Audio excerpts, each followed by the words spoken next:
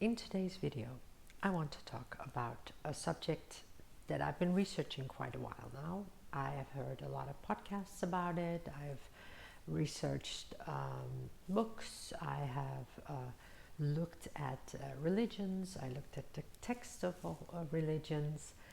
And I find it always a bit of a hard subject to talk about. But still, we're going to do it. The subject is circumcision. And circumcision has been in Africa for a long, long time. So the Northern African, Middle African people have been doing this for before Judaism and before Christianity, before Islam, already for a long, long time.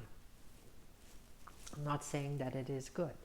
I've been brought up with the idea that male circumcision had to be done because otherwise the males would not be very hygienic. And I would always see it as like a way of making a boy a man. Because in Muslim tradition, most of the time it happens between like around 8-9 years old. Jewish tradition does it within after like 7-8 days when a male child is born. And Christian people, especially in the United States, followed that lead. But you would say that a circumcision is something that the religions basically incorporated because the idea is that it's more hygienic. Or that is something that they have been telling us for a long time. Is that really true? That's basically the question. Is it really true? Is it about hygiene or is it about something else? Since I told you, like I just told you that they have been doing this already in Africa for a long, long time.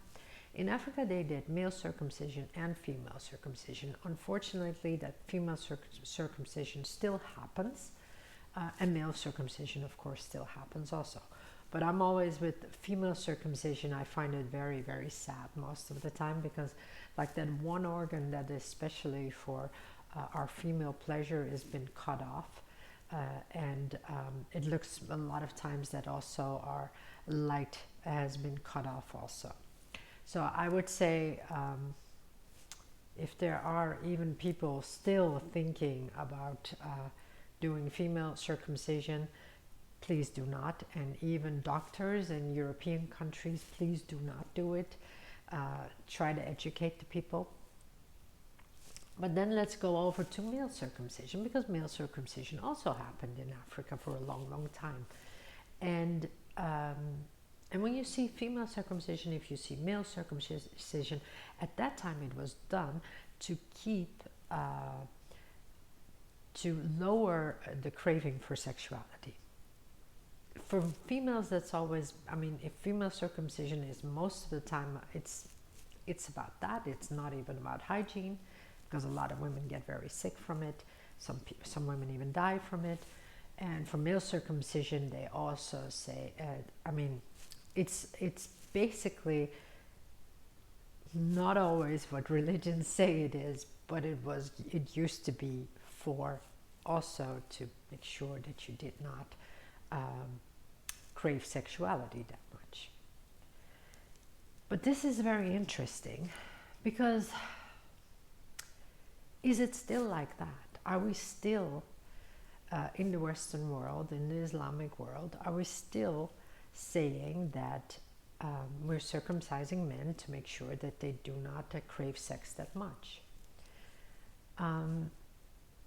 All Abraham-based religions do this. So Jewish people do it, Muslim people do it, the Christian people do it, or at least it's in their book. They don't do it all the time, not anymore as much in Western Europe anymore, but it's in every big religion's book, but not in like Hindu religion, but in the Abraham-based religions, it's still in their book. There have been studies done on males and on females, and on males to see if it was true about the hygiene. And what you see is that males, if they're normally hygienic, it's basically the same. There's one study done in Africa basically saying that you have less chance of HIV, but nobody really knows what exactly that study is. Couldn't find it also, so I'm not really sure about that. But for the rest, in all other studies, there's no real difference. Where the difference is, because as I told you, in Africa, they started this to make sure that you didn't crave sexuality that much. That's the point where that's where it really has the biggest effect. So male and female genital mutilation, you could call it, circumcision, basically is what happens is they both get calluses, the skin hardens, and yes, you have less pleasure. For males, you can also see that what happens is if you cut the foreskin off, what happens is that part of the penis gets really in contact with clothing, and it gets harder and harder. It gets the skin becomes basically like when you would walk barefoot all the time. Your like your heels, you know, it's like the same kind of feeling that, I mean, I wouldn't say the same kind of feeling, but it is the same kind of idea, like what happens to your heels. This is, of course, what happens when we talk about sexuality, is that males have to be much rougher when you have intercourse, or penis-vagina sex, I could say. This makes the penis-vagina sex, and I call it penis-vagina sex because I don't think intercourse should always be penis-vagina sex, but that's again another subject.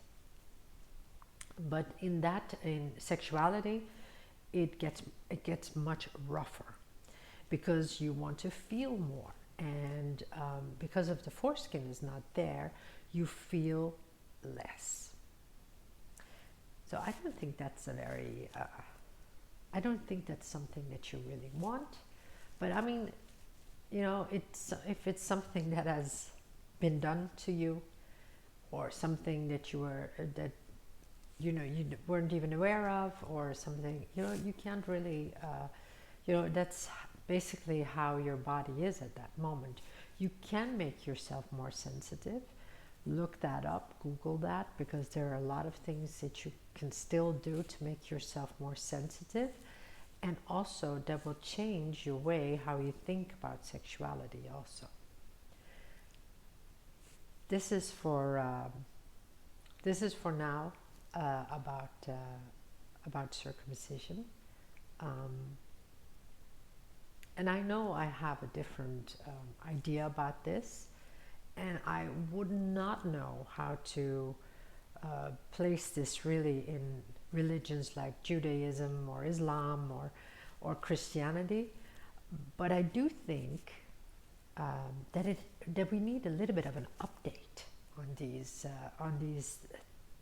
ways of thinking, because we change, you know, and we as people, we change, and science changes, and although a lot of things that are in Islam are very true till this day, I think on this part we should really think about it, and we should really think about what sexuality is for, and what you basically want, you know, because it's not only procreation, it's also a lot of pleasure that you can give each other.